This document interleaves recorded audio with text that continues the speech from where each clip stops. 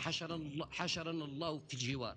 كنا نريد أن يعرف الناس النوايا الحقيقية لمن هم يساكنوننا ويجاوروننا، ولله الحمد سبحانه وتعالى فقد انكشف الغطاء وعرف كل واحد بقيمته الحقيقية. أن نكن عداوة للشعب المغربي أبدا، ويخطئ من يسيء الظن بنا.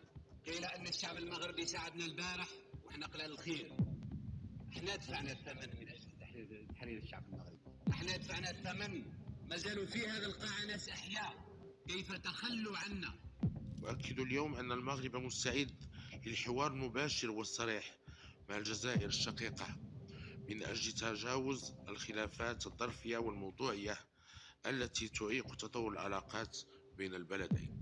وأؤكد أن المغرب منفتح على الاقتراحات والمبادرات التي قد تتقدم بها الجزائر بهدف تجاوز حالة الجمود التي تعرفها العلاقات بين البلدين الجارين الشقيقين. احنا عمرنا ولا تلفظنا بشيء اللي يمس الوحدة الترابية المغربية، رغم أن فيه سوابق تاريخية. الجماعة تعدوا علينا في 63، احنا ما عندناش حتى جيش، مازال المجاهدين نازلين من الجبال ونازلين كذا، في التعداد نتاع الشهداء نتاعنا والمجاريح وكذا. يجي هاجم عليا بالقوات الخاصة والدبابات والهليكوبتر باش يدير لي طرف من ترابي. واش هذه الفكرة التوسعية هذه نتاع اللي شافوها نتاعهم واللي سمعوا بها عندهم فيها